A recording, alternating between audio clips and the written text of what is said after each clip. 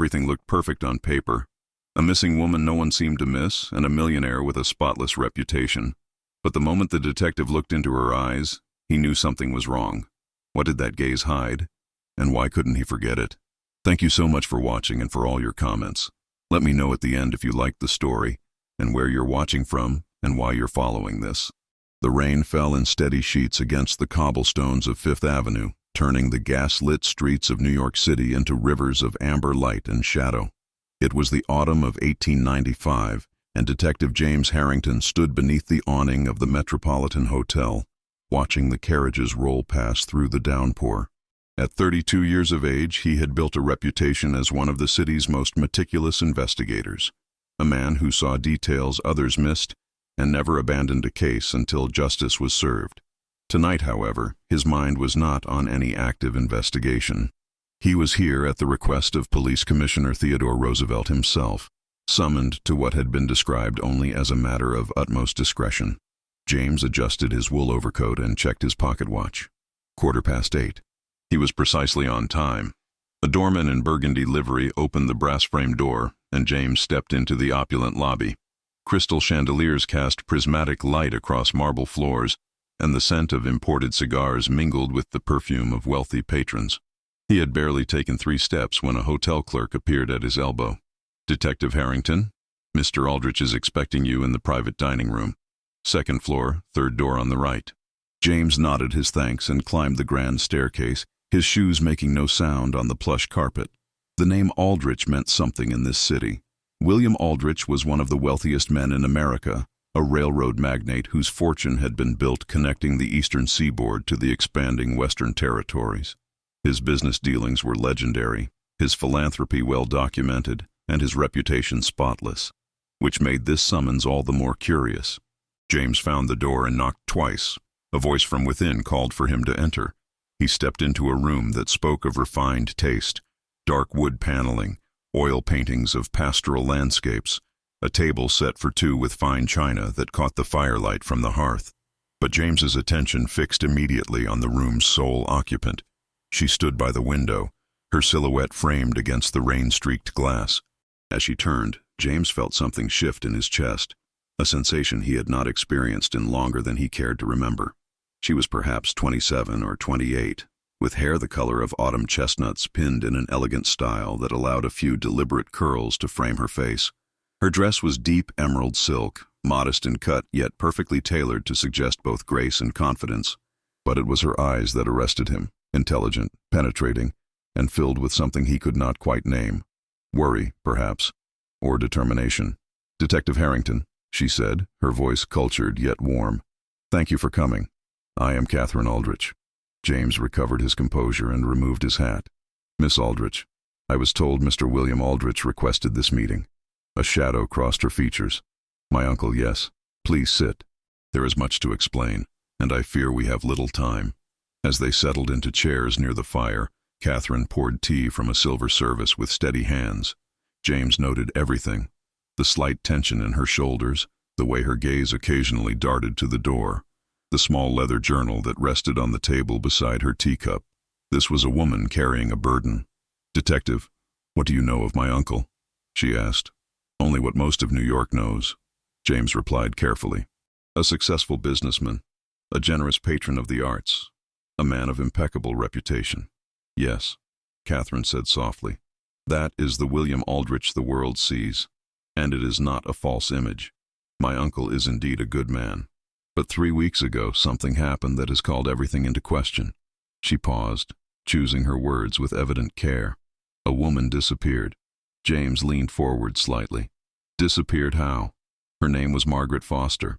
She was a governess employed by the Whitmore family on Washington Square. 24 years old, reliable, well-liked. She had been corresponding with my uncle." Catherine's hands tightened around her teacup. "Friendly letters, nothing untoward. My uncle has always taken an interest in education, and Miss Foster was developing a curriculum for teaching immigrant children. He was advising her, perhaps considering funding her work. And she vanished? 2 weeks ago. She failed to return to the Whitmore household after her half-day off. The police were notified, but the investigation has been perfunctory at best. A governess, after all, with no family in the city."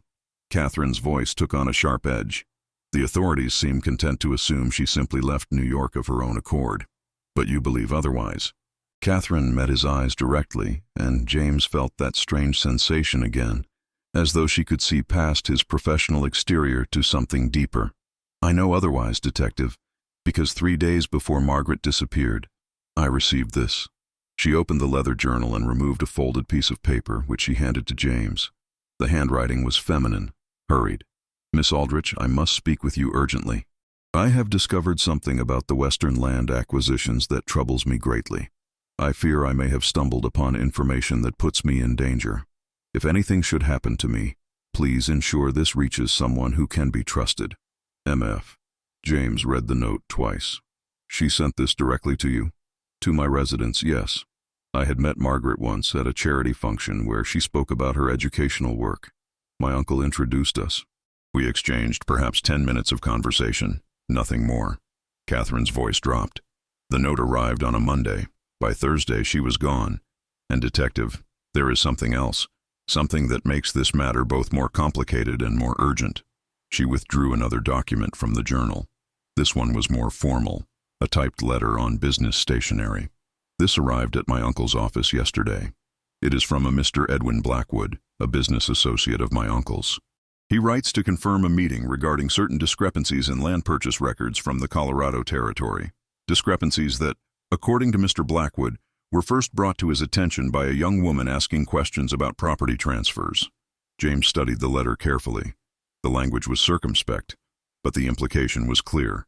Margaret Foster had been investigating something, and that investigation had intersected with William Aldrich's business interests. Where is your uncle now? James asked. At his estate in the Hudson Valley. He left the city immediately after receiving this letter. He asked me to handle the matter discreetly, to engage a detective of absolute integrity. Catherine's gaze did not waver. Detective Harrington, my uncle is many things, but he is not a man who would harm an innocent woman. I know this with complete certainty, but I also know that something is very wrong, and that Margaret Foster may be in grave danger if she is still alive. James set down the letters. Outside, the rain continued its steady assault on the city, and the fire crackled softly in the hearth. He thought of the commissioner's words when summoning him, a matter requiring the utmost discretion. He thought of Catherine Aldrich's steady gaze, the intelligence and determination he saw there. And he thought of a young governess who had asked questions and then vanished into the night. Miss Aldrich, he said slowly, if I take this case, I need your assurance that you will tell me everything, regardless of where the investigation leads, even if the truth proves uncomfortable for your family. You have my word, Detective. Catherine extended her hand across the table, a gesture that was both formal and oddly intimate. James took it, feeling the warmth of her fingers through her silk glove. The handshake lasted perhaps a moment longer than necessary, and when their hands parted, something unspoken had passed between them. Then I will find Margaret Foster, James said, and I will uncover whatever truth she discovered. Catherine's expression showed relief, but also something else. Gratitude, certainly, but also the beginning of trust, and perhaps the first spark of something neither of them would have named aloud in that moment. Where do we begin? She asked. James noted her use of the word we, and found himself not objecting. We begin with the last person to see Miss Foster alive, and then we follow every thread until we find where they lead, no matter how powerful the people involved, no matter how spotless their reputation. He paused. Even if that includes your uncle? Especially if it includes my uncle, Catherine said firmly. Truth matters more than reputation, Detective, and justice matters most of all. As they continued to discuss the details of the case, planning their next steps, James found his attention divided. Part of his mind catalogued facts and formed theories, as it always did, but another part, one he had thought long dormant, was acutely aware of the woman across from him, the way firelight played across her features, the passion in her voice when she spoke of justice, the courage it must have taken to potentially expose her own uncle to investigation. When they finally rose to leave, Catherine gathering her belongings and James retrieving his hat, they stood for a moment in the doorway. The rain had not lessened, and the night promised to be long and cold. Detective Harrington, Catherine said quietly, I realize this is highly irregular, my being involved in the investigation. If you would prefer to proceed alone. No, James interrupted, surprising himself with the quickness of his response. Your presence may prove invaluable. You know the family, the business, and Miss Foster reached out to you specifically. There may be more to that connection than appears. Catherine smiled, and James felt that shift in his chest again, more pronounced this time. Then, we are partners in this endeavor. Partners, James agreed, and as they descended the stairs together, he wondered if he had just agreed to more than a professional arrangement. The thought should have troubled him. Instead, it felt like the most natural thing in the world. The morning arrived cold and gray, with fog rolling off the Hudson River to blanket the city in a shroud of mist. James Harrington had spent the night reviewing every detail Catherine had provided, making notes in his precise handwriting, sketching connections that might exist between William Aldrich's Western land deals and a missing governess who had somehow stumbled upon something worth investigating. At 9 o'clock sharp, he met Catherine outside the Whitmore residence on Washington Square. She arrived in a modest carriage drawn by a single-bay horse, dressed in a practical gray walking suit that spoke of someone prepared for a day of serious work, rather than social calls. As she descended, James noted the leather satchel she carried, identical to the journal she had shown him the previous evening. "Good morning, Detective," she said, her breath visible in the autumn air. "I brought everything I could find. My uncle's business correspondence for the past 6 months, the few letters Margaret sent him, and a list of his associates who were involved in the Colorado acquisitions." "Thorough," James observed, taking the satchel. "You have a methodical mind, Miss Aldrich." A slight smile touched her lips.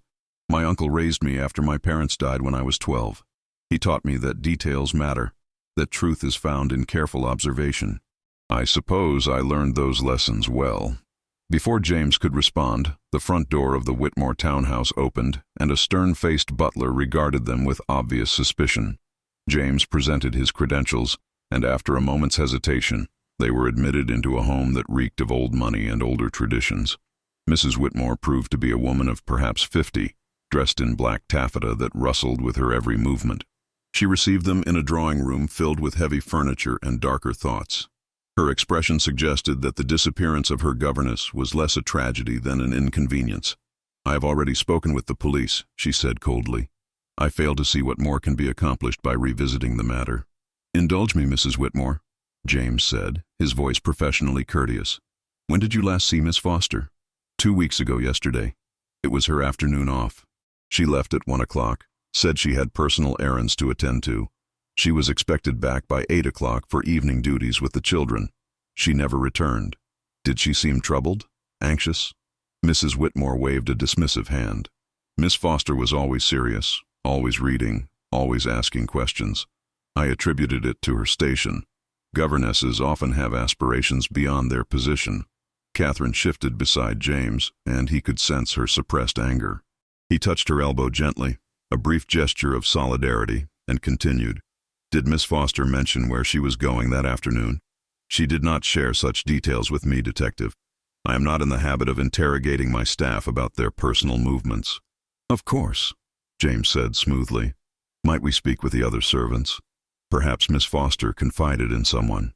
Mrs. Whitmore's lips thinned, but she rang for the butler. Within minutes they were introduced to Sarah, the housemaid who had shared an attic room with Margaret Foster. The girl was perhaps 19, with work-roughened hands and frightened eyes. In the servants' quarters, away from Mrs. Whitmore's imperious presence, Sarah proved more forthcoming. She twisted her apron nervously as she spoke. "Miss Margaret was a kind lady, sir, miss. Always patient with me, even when I struggled with my letters. She was teaching me to read proper, she was." "Did she say where she was going that afternoon?" Catherine asked gently. Sarah glanced between them, then lowered her voice. "She said she had to meet someone important. She was nervous about it, I could tell. She changed her dress 3 times, which wasn't like her at all. Miss Margaret was always so composed." "Did she mention a name?" "No, miss. But I saw her looking at a card earlier that morning. A calling card, fancy-like. I only caught a glimpse, but there was a name on it. Blackwood, I think. And an address on Madison Avenue." James and Catherine exchanged glances. Edwin Blackwood, the business associate who had written to William Aldrich about discrepancies in the land records. "Sarah," James said carefully, "did Miss Foster leave anything behind? Personal belongings? Papers?" Anything that might tell us more about what she was investigating? The housemaid bit her lip. Mrs. Whitmore had me box up all her things the day after she disappeared. Said she wouldn't tolerate an empty position. But Miss Margaret, she was clever. She kept a loose floorboard under her bed. I found this after they took everything away. From her apron pocket, Sarah produced a small envelope, sealed with red wax. On the front, in Margaret's distinctive handwriting, were the words, "For Miss Catherine Aldrich, should anything prevent my return." Catherine's hands trembled slightly as she took the envelope. She broke the seal carefully, withdrawing a single sheet of paper covered in tight script. As she read, the color drained from her face. James moved closer instinctively, and she tilted the page so he could see. "My dear Miss Aldrich," the letter began. "If you are reading this, then my fears have been realized. I have uncovered evidence of a scheme involving the sale of worthless land to honest settlers, land that was represented as fertile farmland, but is in reality barren rock. The fraud has been ongoing for nearly 2 years, generating enormous profits for those involved. I have documentation proving that false surveys were filed, that government officials were bribed, and that hundreds of families have been swindled. I believed Mr. Aldrich might help me expose this injustice, as his company was involved in some of the transactions. But I have since learned that someone within his organization is part of the conspiracy. I do not know if Mr. Aldrich himself is aware, but I fear that my inquiries have drawn dangerous attention. I am meeting with Mr. Blackwood this afternoon. He claims to have information that will prove Mr. Aldrich's innocence, but I am uncertain whom to trust. I have hidden copies of all documentation in a safe place.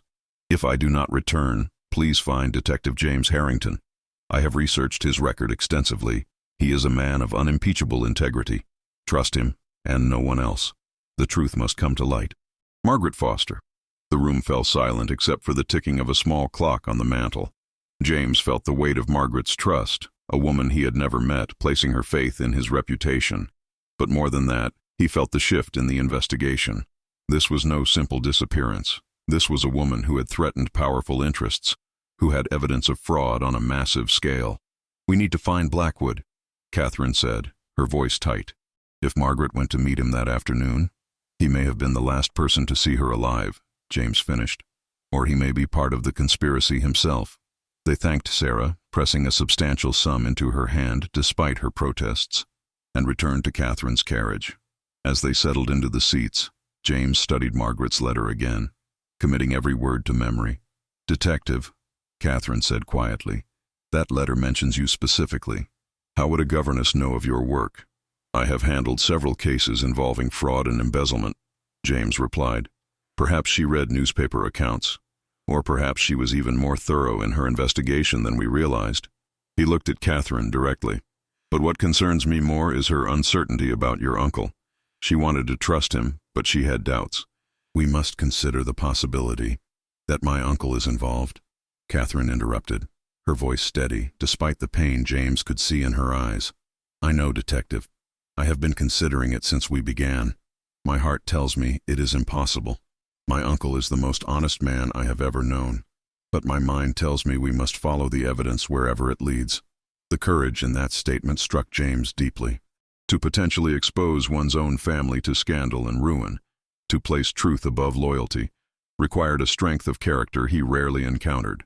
He reached across the space between them and briefly touched her gloved hand. "We will find the truth," he said, "and we will find it together." Catherine's fingers curled around his for just a moment before propriety reasserted itself, and they drew apart.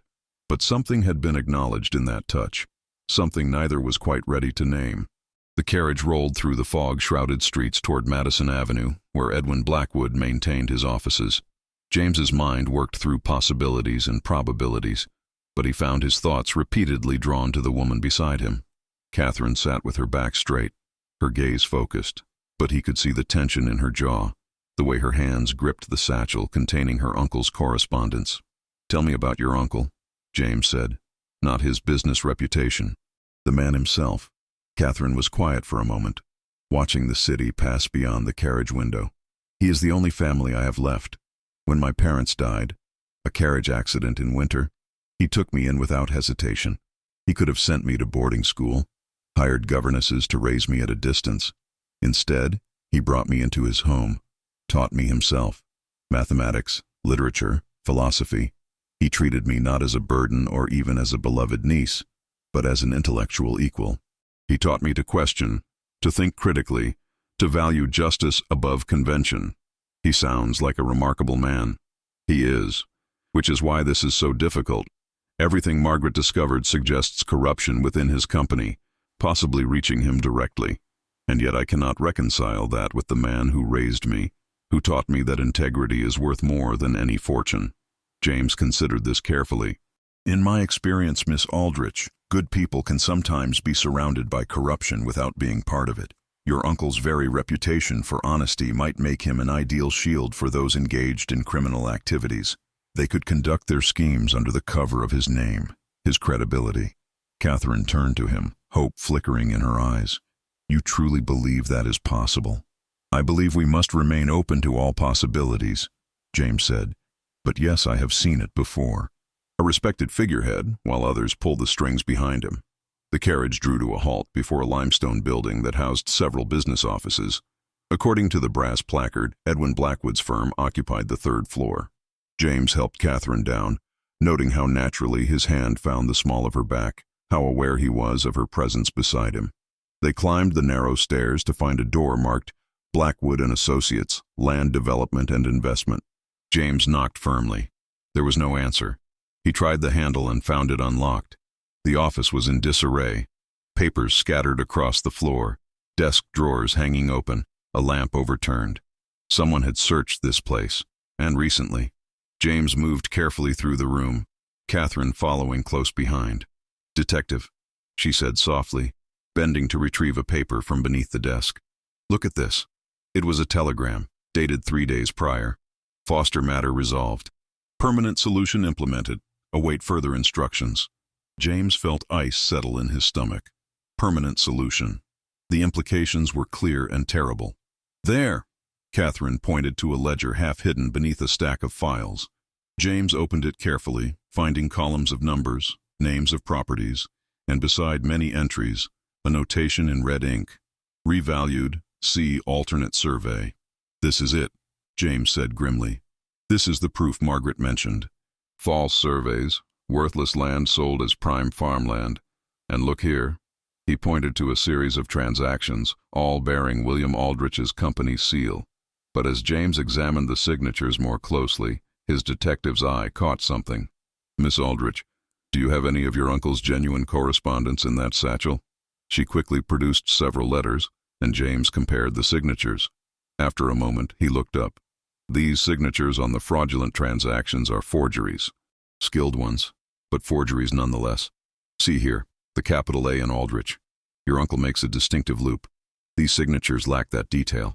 Catherine leaned close to examine the documents, her shoulder pressing against James's arm. He was acutely aware of her nearness, the faint scent of lavender water, the quick intelligence with which she studied the evidence. Someone has been using my uncle's name, she said. But who? And where is Mr. Blackwood now?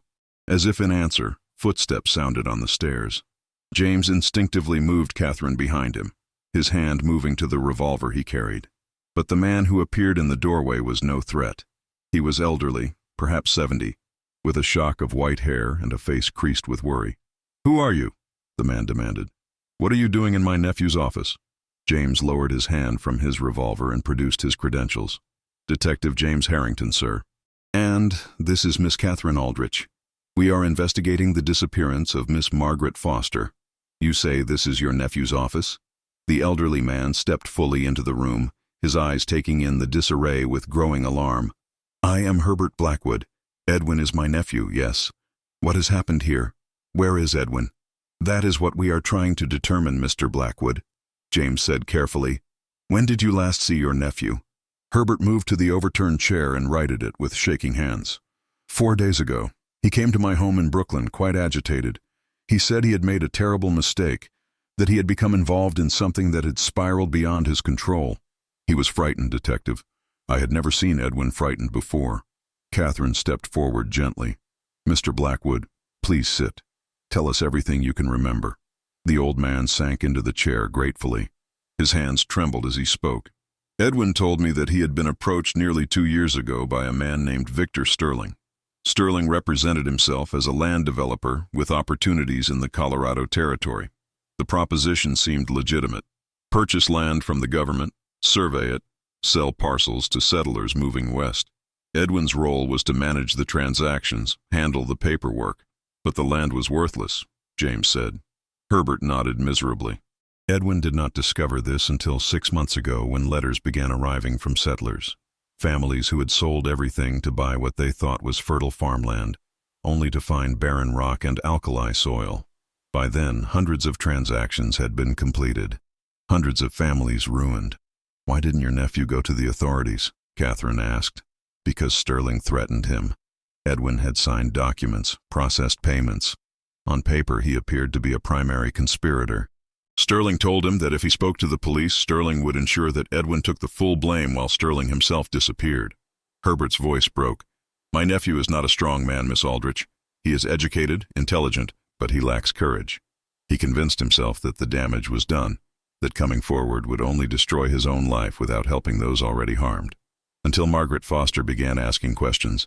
James said, "Yes, the young governess. She came to Edwin's office 3 weeks ago with documentation she had gathered, letters from settlers, copies of the false surveys, evidence of bribed government officials. She said she had connected many of the transactions to William Aldrich's railroad company, and she wanted Edwin to help her understand the connection. She believed, I think, that Mr. Aldrich might be an innocent party whose name was being misused." Catherine gripped the back of a chair. "What did your nephew tell her?" "He panicked. He sent her away, told her she was mistaken, that there was no fraud. But then he made a catastrophic error." Herbert closed his eyes. "He contacted Sterling and told him about Miss Foster's investigation. He thought Sterling might help him extricate himself from the scheme. Instead, Sterling saw Miss Foster as a threat." James felt cold certainty settle over him. "Your nephew arranged the meeting between Sterling and Miss Foster?" "Not directly. Sterling insisted that Edwin set up a meeting, told him it was to negotiate, to perhaps offer the girl money to abandon her investigation. Edwin was to send Miss Foster to a warehouse Sterling owned near the docks. That was 2 weeks ago."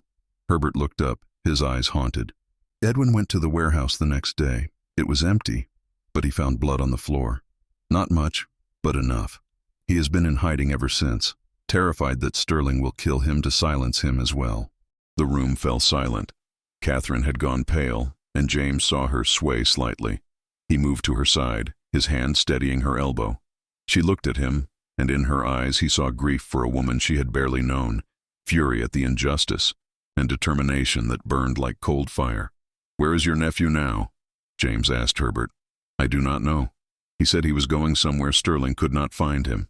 He made me promise not to go to the police, but I have been unable to sleep, unable to think of anything else. When I came here this morning and found the office like this," he gestured helplessly at the destruction. "Sterling was here," James said, "likely looking for any evidence your nephew might have kept.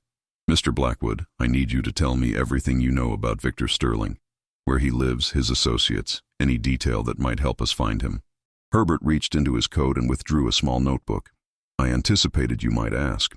Edwin kept notes, and I found these in his desk at home. Sterling maintains offices in a building on Water Street near the South Street Seaport. He owns several warehouses in that area. Edwin mentioned that Sterling always conducted his most private business at a warehouse marked with a blue door, number 47. James took the notebook, scanning the pages rapidly. Names, addresses, dates of transactions. It was a map of the entire conspiracy, written in Edwin Blackwood's increasingly desperate handwriting. "Mr. Blackwood," Catherine said, her voice steady despite the emotion James could see she was suppressing, "your nephew made terrible choices, but he can still do the right thing. If he testifies against Sterling, if he helps us build a case, the courts may show leniency. If he is still alive," Herbert said quietly. "Sterling is not a forgiving man, Miss Aldrich." James closed the notebook and met Catherine's gaze. A silent communication passed between them, the kind that comes when two people are perfectly aligned in purpose. They needed to find Sterling, and they needed to find him quickly, not just for justice, but because somewhere in this deadly game, there might still be a chance that Margaret Foster was alive. "Miss Aldrich," James said formally, though the concern in his voice was anything but distant, "I believe it would be safer if you returned home while I pursue this investigation further." Catherine's expression turned to steel.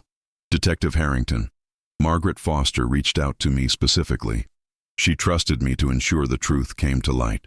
I will not abandon that trust now, regardless of the danger." She paused, and her voice softened slightly.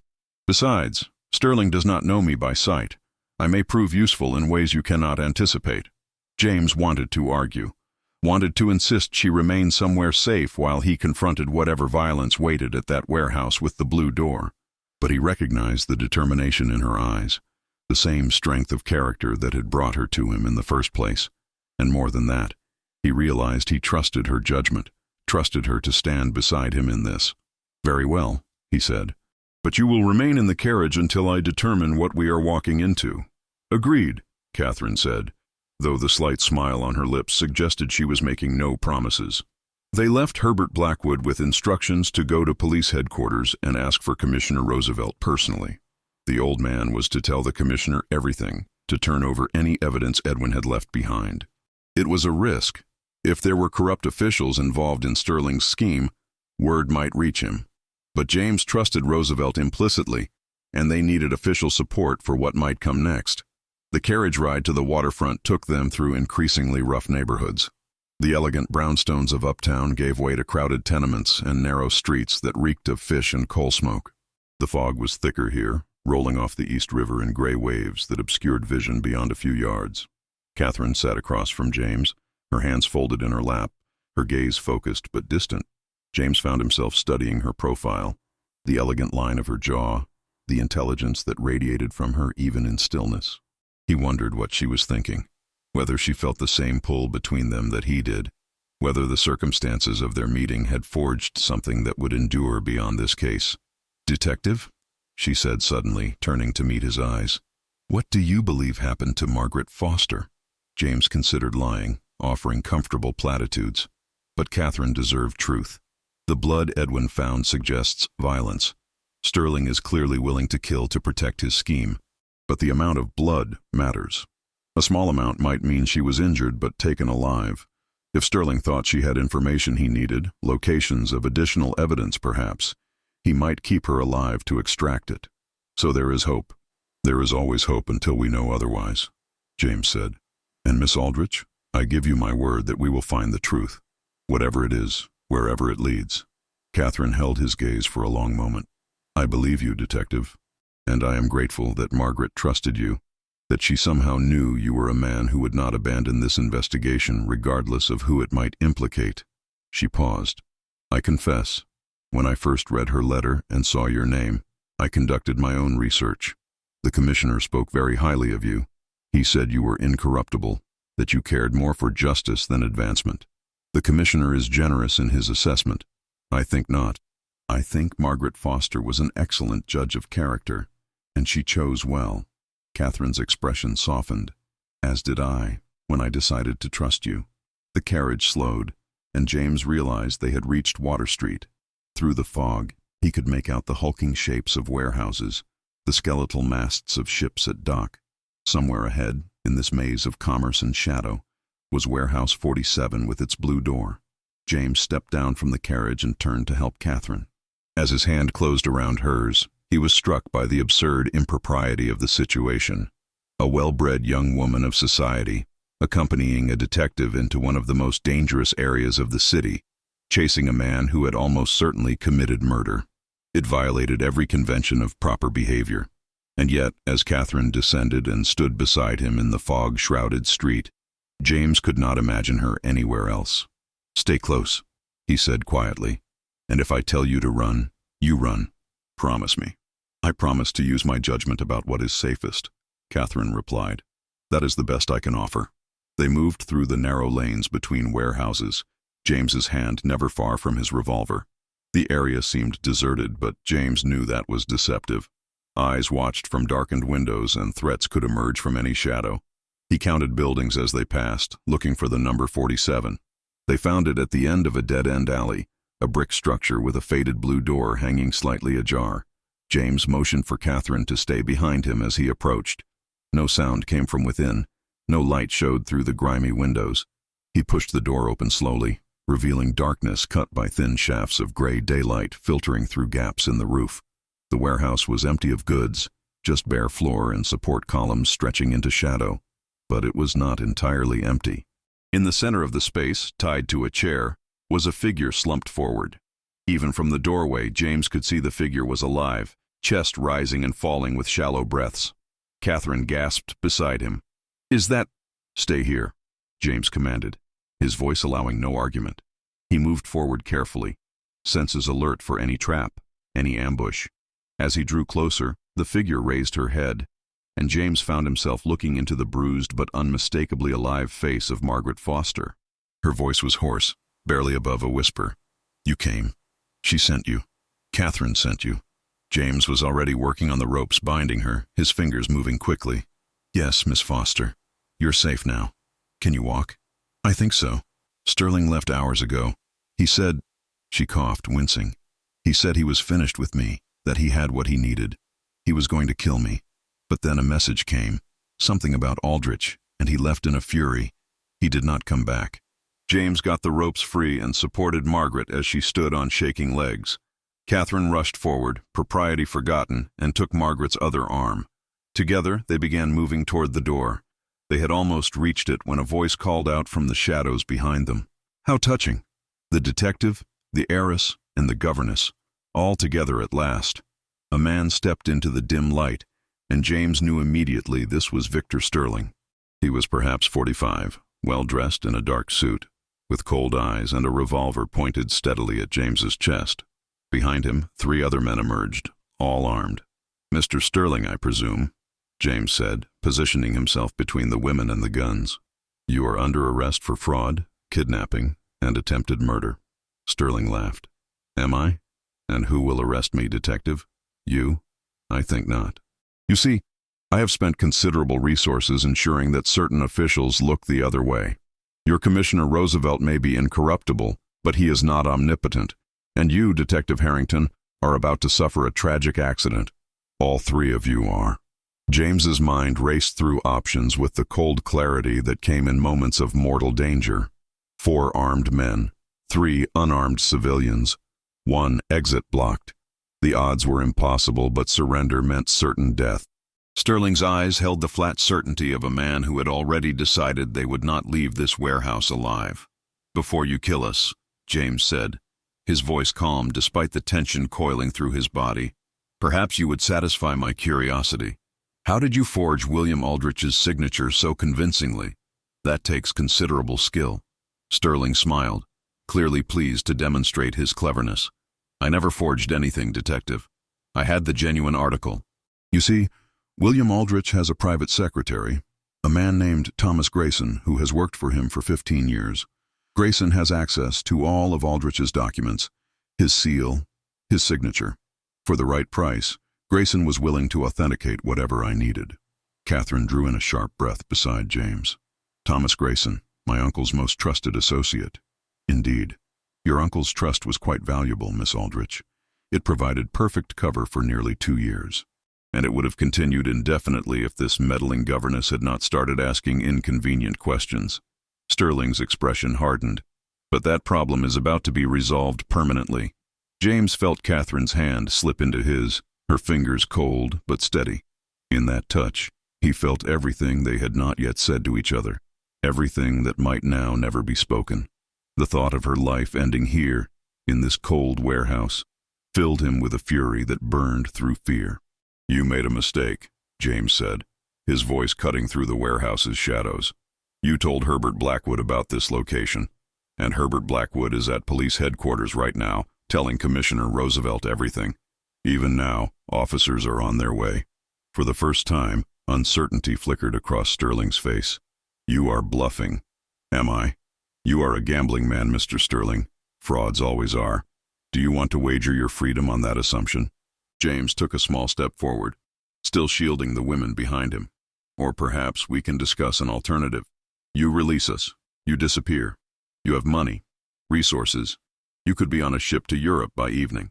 Sterling's revolver did not waver, but James could see him calculating, weighing options. The other 3 men were watching their leader, waiting for instructions. These were hired muscle, not killers by conviction. They would follow orders, but they would also run if the situation turned against them. The standoff stretched, seconds feeling like hours. Then, from outside, came the sound James had been praying for. The shrill whistles of police officers, the clatter of boots on cobblestones, voices shouting commands. Sterling's face contorted with rage.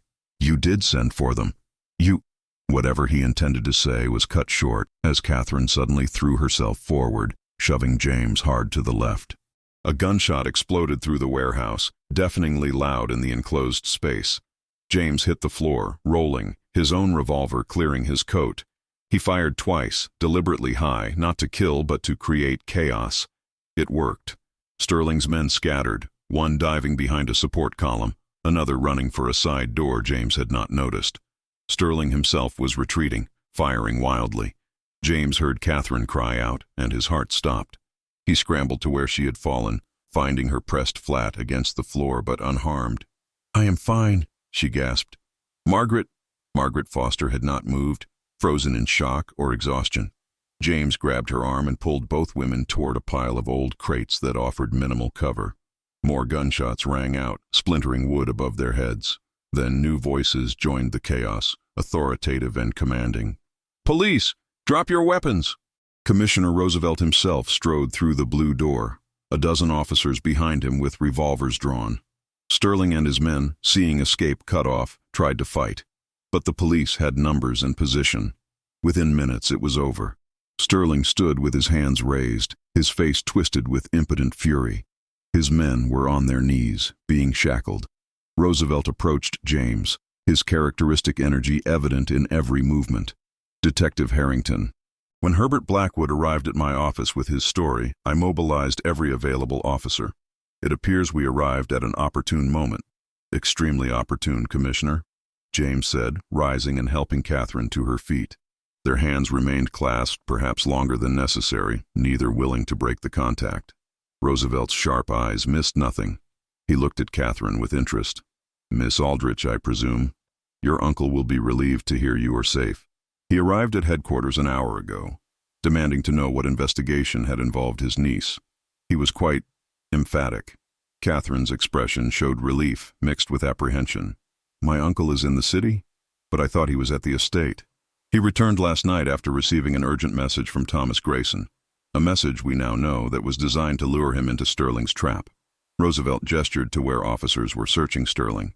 "We have Grayson in custody as well. He attempted to flee when he learned we were investigating the land fraud. He did not get far." James helped Margaret Foster to a chair one of the officers had brought. The governess looked exhausted but determined. "Commissioner, I have documentation of everything. Every fraudulent transaction, every bribed official, every family that was swindled. I hid it all at the New York Public Library in a volume of Colorado territorial surveys." It seemed appropriately ironic. Roosevelt actually smiled. "You are a remarkable young woman, Miss Foster. Your evidence will put these men away for a very long time." Over the next hour, the warehouse filled with activity. Officers took statements, gathered evidence, escorted prisoners to waiting wagons. James watched it all with the satisfaction of a case concluded, but his attention kept returning to Catherine. She stood with Margaret speaking quietly, her arm around the exhausted governess's shoulders. The morning light filtering through the warehouse windows caught in her hair, and James was struck by how natural she looked here, in this place of violence and resolution, as composed and capable as she had been in the elegant hotel dining room where they had met. As if sensing his gaze, Catherine looked up and smiled. It was a smile of shared triumph, of mutual respect, and of something deeper that made James's heart quicken. Roosevelt appeared at his elbow. "A word, Detective?" They stepped away from the activity. Roosevelt studied James with an expression that was both knowing and amused. "Miss Aldrich is an extraordinary woman." "She is," James agreed carefully. "Her uncle speaks of her with great pride. He has mentioned more than once that she has refused several marriage proposals from suitable gentlemen, claiming none of them understood her mind." Roosevelt paused meaningfully. "He worries she will never find a man who values her intelligence as much as her fortune." James understood what was not being said. "Commissioner, you did excellent work on this case, Harrington, but I suspect the most valuable thing you have found is not evidence of fraud." Roosevelt clapped him on the shoulder.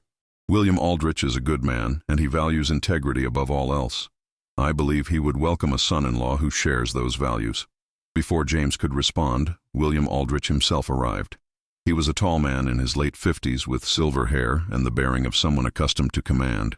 But as he entered the warehouse and saw Catherine safe, his composure crumbled. He crossed to her in 3 strides and embraced her tightly. "Catherine, when I learned you had involved yourself in this investigation, that you had been in danger," his voice broke. "I am fine, Uncle," Catherine said gently. "And Margaret Foster is alive because we acted quickly. Detective Harrington saved us all." Aldrich turned to James, his eyes assessing.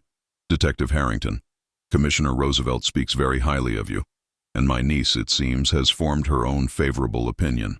He extended his hand. "I am in your debt, sir." James shook his hand firmly. "I was simply doing my duty, Mr. Aldrich. Though I must say, your niece's courage and intelligence were instrumental in solving this case. She is a remarkable woman." "She is," Aldrich agreed, his gaze moving between James and Catherine with the perceptiveness of a man who had built an empire by reading people accurately. "Detective, I wonder if you might call on us this evening. I would like to hear the full account of the investigation, and I believe Catherine would appreciate the opportunity to thank you properly for your service." It was an invitation, but also a test. James met Aldrich's eyes steadily. "I would be honored, sir." The afternoon was spent at police headquarters, giving formal statements and ensuring that every legal detail was properly documented. Sterling and his associates were charged with fraud, kidnapping, attempted murder, and conspiracy.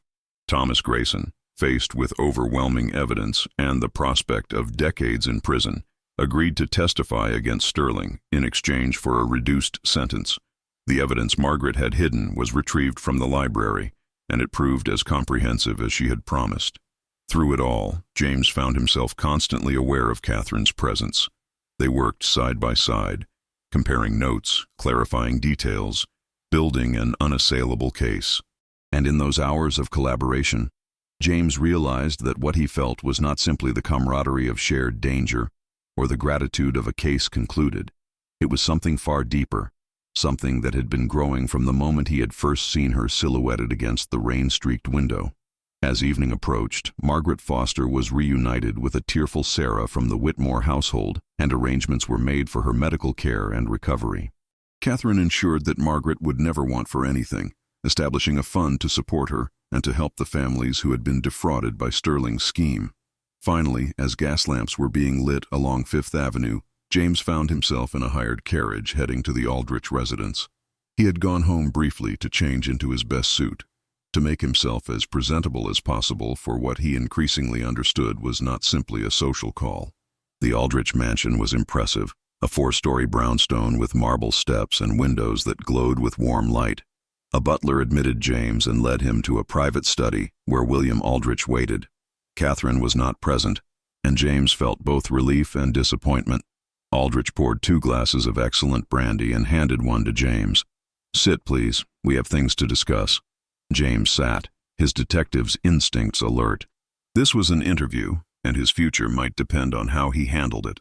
"Detective Harrington," Aldrich began, settling into a leather chair, "I have spent the day learning about you. Your record, your character, your reputation. Commissioner Roosevelt tells me you are the most honest officer in the department. Others tell me you could have advanced much further in rank if you were willing to compromise your principles." He paused. "Why have you not married?" The direct question caught James off guard, but he answered honestly. "I have been devoted to my work, sir. I did not believe it would be fair to ask a woman to accept a husband whose profession brings danger and irregular hours.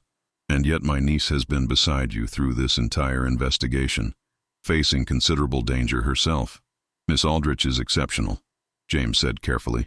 "She has a courage and intelligence I have rarely encountered." "She does," Aldrich agreed. "And she has shown no interest in the wealthy, respectable suitors who have courted her." "Do you know why, Detective?" "I could not presume to know Miss Aldrich's mind, sir." "Could you not?" Aldrich's expression was shrewd. "I watched you together today, Harrington. I saw how you looked at her, how she looked at you. I saw 2 people who understand each other, who respect each other, who have faced danger side by side and emerged stronger for it." He leaned forward. "I am a practical man, Detective. I value intelligence, integrity, and courage above social position or inherited wealth. My niece has found those qualities in you. The question is, what are your intentions toward her? James set down his brandy glass and met Aldrich's gaze directly. Sir, I have known your niece for less than 2 days. To speak of intentions would be presumptuous. But I will tell you this. Catherine Aldrich is the most remarkable woman I have ever met. If she would consider accepting the attentions of a detective with modest means and a dangerous profession, I would count myself the most fortunate man in New York. Aldrich studied him for a long moment, then smiled. An honest answer. I appreciate that, detective. Catherine is in the drawing room. I believe she has been waiting somewhat impatiently for this conversation to conclude. Shall we join her?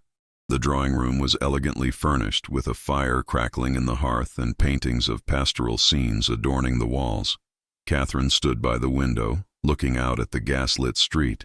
She had changed into an evening dress of deep blue silk that caught the firelight, her hair arranged in an elegant style that somehow made her look both sophisticated and approachable. She turned as they entered, and James saw in her eyes the same nervousness he felt, the same hope and uncertainty. "Uncle," she said, "surely you have not been interrogating Detective Harrington."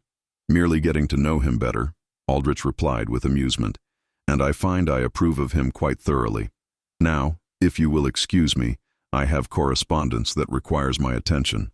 Detective Catherine, please enjoy your evening." With that masterful piece of orchestration, Aldrich left them alone. The door closed with a soft click, and suddenly the vast drawing room felt intimate, containing only the crackle of the fire and the sound of their breathing. Catherine moved first, crossing to where James stood. "Thank you for coming. I was not certain you would." "I would have come if I had to walk through a blizzard," James said, then caught himself. "Forgive me, that was too forward." "It was honest," Catherine said softly, "and I value honesty above all else." "Detective Harrington, James, these past 2 days have been extraordinary. Not just because we solved a case or saved lives, but because I have found something I had begun to believe did not exist." "And what is that?" James asked, though he thought he knew, hoped he knew. "Someone who sees me as I truly am, not as an heiress or a society lady or even as a dutiful niece, but as a person with a mind and a will and a desire to matter in this world." She took a step closer. "You trusted my judgment. You valued my insights.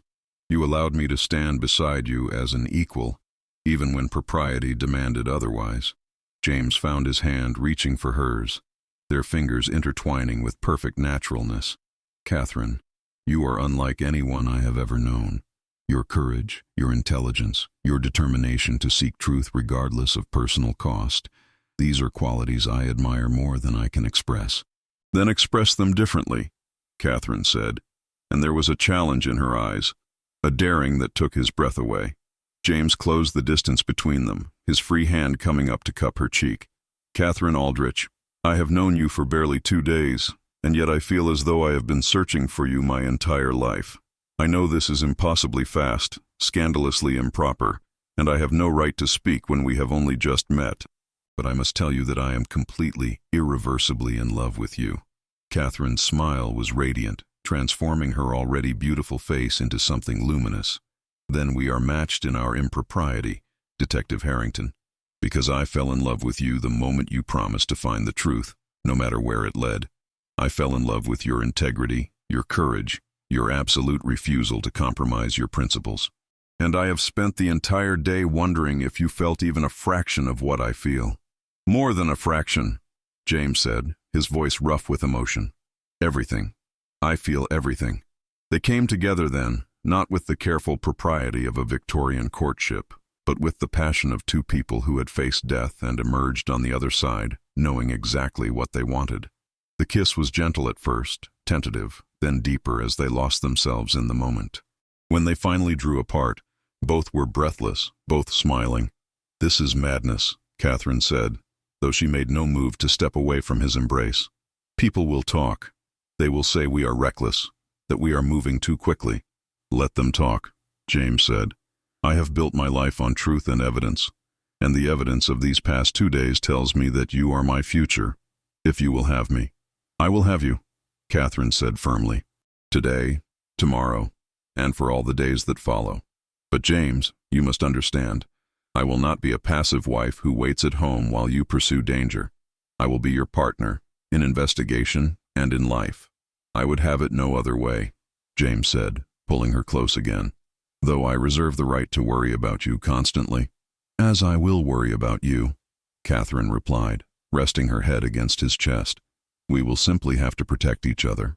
They stood like that for a long time, wrapped in each other's arms before the fire, planning a future that had seemed impossible 2 days ago.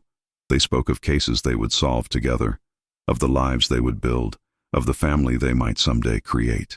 And through it all, James marveled at the extraordinary chain of events that had brought them together. A missing governess, a land fraud scheme, and a woman brave enough to seek the truth. 6 months later, on a spring morning with Central Park in full bloom, James Harrington and Catherine Aldrich were married in a ceremony that scandalized some of society and delighted others. Margaret Foster was there, having accepted a position as director of a new school for immigrant children funded by Catherine's fortune. Commissioner Roosevelt attended, grinning broadly at the union he had quietly encouraged. And William Aldrich gave away his niece with tears of joy, knowing she had found not just a husband, but a true partner. As James and Catherine exchanged their vows, promising to love and honor and stand beside each other through all of life's mysteries and dangers, they both thought of that rainy evening when they had first met. They thought of a case that had brought them together and a truth that had set them free. And they knew, with absolute certainty, that they had found something rarer than any fortune, more valuable than any reputation. They had found each other, and they had found home. The adventure was only beginning. Together they would face many more cases, solve many more mysteries, and encounter dangers that would test them both.